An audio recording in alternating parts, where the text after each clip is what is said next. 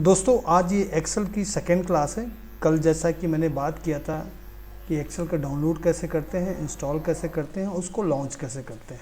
कल मैंने और ये भी बताया था कि अगर आप टास्क बार में उसको इंक्लूड करना चाहें तो कर सकते हैं, शॉर्टकट डेवलप करना चाहें तो डेवलप कर सकते हैं। आज हम बात करेंगे एक्सेल के इंटरफेस की, मीन्स एक्सेल में क्या क्या होता है और क्या क्या कर सकते हैं। तो चलिए सबसे पहले हम अपना एक्सेल ओपन करते हैं। तो यहाँ पर जैसे ही मैंने एक्सेल क्लिक किया, यहाँ पर आप देख सकते हैं लिख के आ गया है माइक्रोसॉफ्ट एक्सेल 2010। तो जैसे आप इस पर सिंगल क्लिक करेंगे तो एक ब्लैंक एक्सेल वर्कबुक या वर्कशीट आप कर सकते हैं, आपके सामने ओपन हो जाएगी। तो ये बेसिकली जो आप स्क्रीन देख रहे हैं ये एक्सेल का इंटरफेस है। और देखिए यहाँ पे आप देख सकते हैं सीट 1 2 3 में भी आपने जो अपने सिस्टम पे एक्सेल इंस्टॉल किया है उसका वर्जन हो सकता है कि हमारे वर्जन से डिफरेंट है।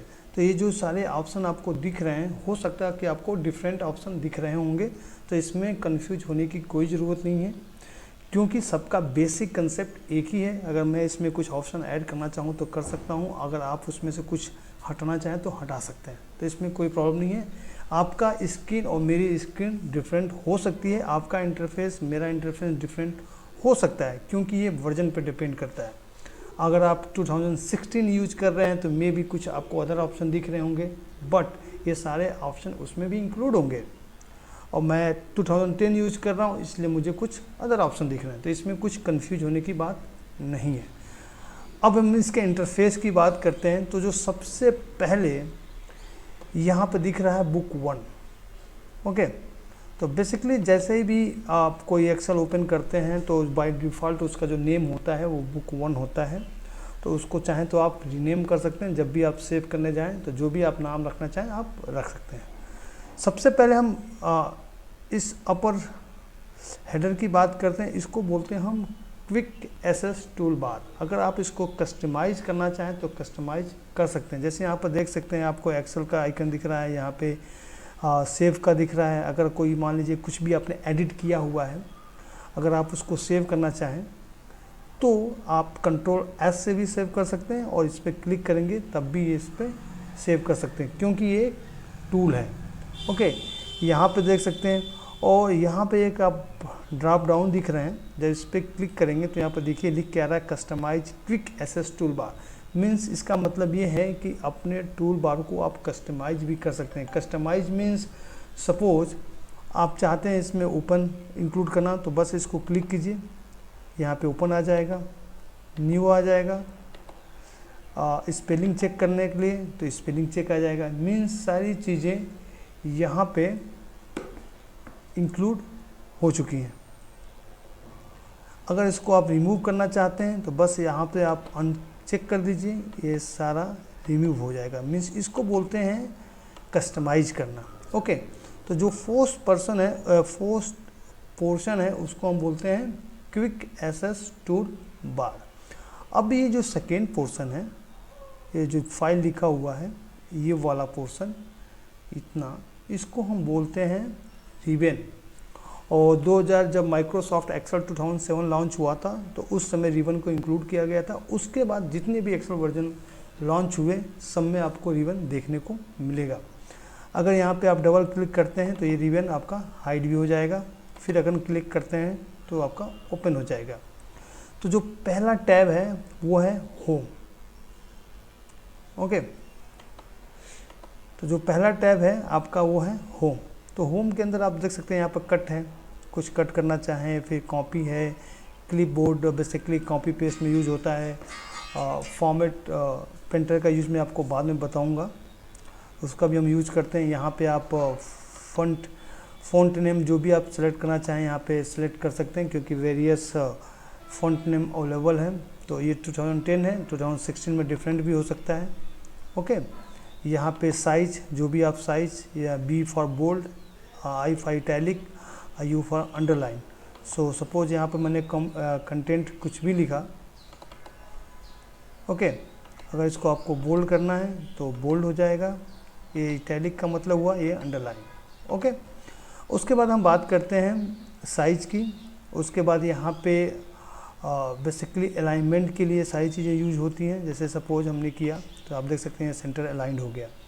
उसके बाद रैप टेक्स्ट, सपोज यहाँ पर हमने लिखा है समथिंग दिस, अगर इसको आपको रैप करना है तो ये बेसिकली क्या होगा, ऊपर नीचे आ जाएगा। ठीक है, यहाँ पे मर्ज के लिए जैसे सपोज 2 सेल को मर्ज करना है, 2 कंटेंट को मर्ज करना है, तो आगे हम सारी चीज़ें डिस्कस करेंगे। सिर्फ आज हम इंटरफेस की बात कर रहे हैं।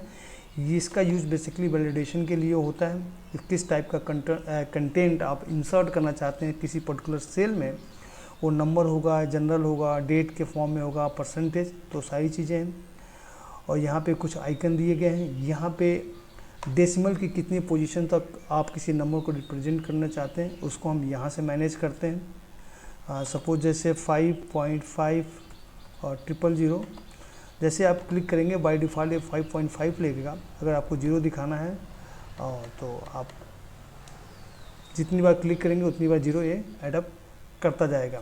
फिर यहाँ से इंसर्ट का ऑप्शन दिया हुआ है, insert cell, insert row, delete cell, format, और यहाँ पे कुछ फॉर्मूला गिवे हुए हैं। यहाँ पर अगर फ़िल्टर लगाना है, यहाँ पे कुछ फाइंड सेलेक्ट करना है, जैसे सपोज कोई भी कंटेंट इस सीट से फाइंड करना चाहते हैं, अगर वहाँ पे लिखते हैं सपोज द, तो जहाँ भी द होगा वो आपको दिखा देगा। ठीक है, सेम यहाँ पे देख सकते हैं रिप्लेस का ऑप्शन है। किसी कंटेंट को अगर आप रिप्लेस करना चाहते हैं, सपोज यहाँ पर लिखा है द, इसको रिप्लेस करना है मुझे,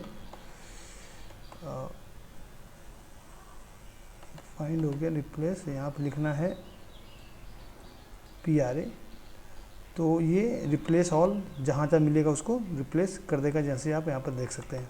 ओके, तो यहाँ पे और भी ऑप्शन है जो कि हम आगे बात करेंगे।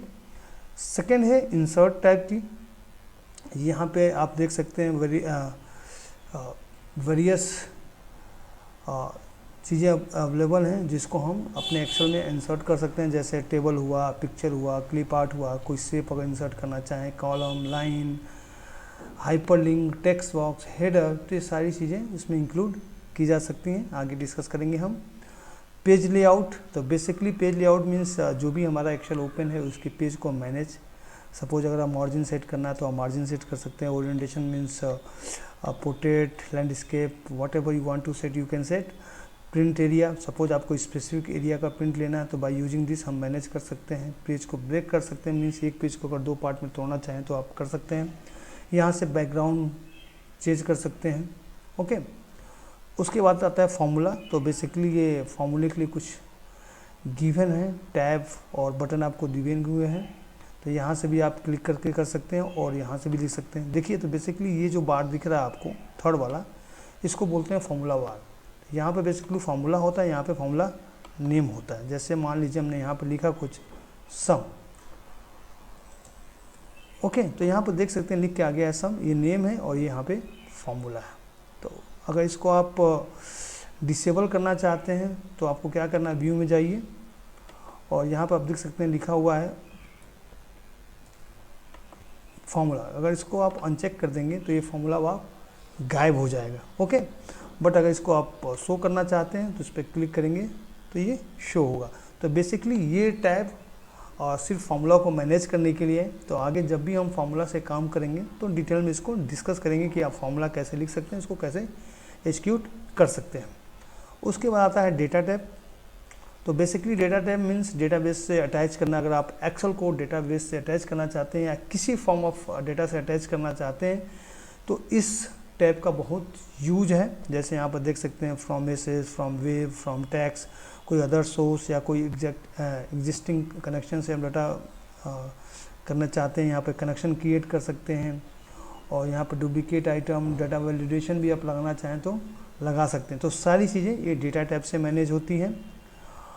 और रिव्यू में बेसिकली अगर स्पेलिंग आप चेक करना चाहते हैं, सपोज आपने कुछ लिख लिया है, आप चाहते हैं चेक करना कि स्पेलिंग सही है कि गलत है, तो आप कर सकते हैं। ओके, तो ये बेसिकली स्पेलिंग वेरीफाई करने के लिए होता है। देखिए जैसे मैंने यहाँ पे क्लिक आ गया, यहाँ पे इसकी करेक्ट स्पेलिंग सेलेक्ट हो गई। ओके, फिर यहाँ पर ट्रांसलेट करना चाहें कंटेंट को कर सकते हैं, न्यू कमेंट लिखना चाहें, तो ये सारी चीज़ें बेसिकली रिव्यू सेक्शन के अंदर मेंशन होती है। अगर किसी सीट को आपको पासवर्ड प्रोटेक्टेड बनाना है तो यहाँ पर देख सकते हैं वेरियस ऑप्शन है, क्या क्या चीज़ें आप प्रोटेक्ट करना चाहते हैं। Bye using this you can protect. अगर आपको पूरी वर्कबुक प्रोटेक्ट करनी है तो by using this you can protect. Okay, अगर आप वर्कबुक को शेयर करना चाहते हैं तो आप एक प्री डिफाइंड लिंक जनरेट कर सकते हैं और फिर उसको शेयर कर सकते हैं। फिर व्यू में कुछ ऑप्शन है जैसे पेज लेआउट, पेज ब्रेक, फिर यहाँ पे जूम का ऑप्शन है, अरेंज, फ्रीज करना चाहें तो कर सकते हैं, सेव वर्क स्पेस। तो ये बेसिकली हमारे पास जो टैब दिए गए हैं इनका किसी न किसी कंडीशन में यूज होता है। मे बी आपने जो इंस्टॉल किया है एक्सेल उसमें कुछ टैब ज़्यादा दिख रहे होंगे या कम दिख रहे होंगे, तो इसमें परेशान होने वाली बात नहीं है, क्योंकि सारी चीज़ें इसमें भी इम्प्लीमेंट की जा सकती हैं और उसमें भी की जा सकती हैं। तो ये बेसिकली यूजर इंटरफेस है एक्सेल का। यहाँ पर आप देख सकते हैं सीट 1, सीट 2, सीट 3 ओपन है। बाय डिफ़ॉल्ट यहाँ पे 3 सीट ओपन है, बट मे भी हो सकता है कि जो आप एक्सेल यूज कर रहे हो उसमें सिर्फ एट ए टाइम एक ही सीट ओपन हो। तो basically this is all about Excel interface. अब अगली क्लास में हम थोड़ा इससे आगे बढ़ेंगे, तो 1 बाय 1 हम सीखने की कोशिश करेंगे, क्योंकि अगर मैं ज़्यादा चीज़ें आपको बताऊंगा तो हो सकता है कि बहुत सी चीज़ें आप सीख ना पाएँ। So thank you for watching this, thank you.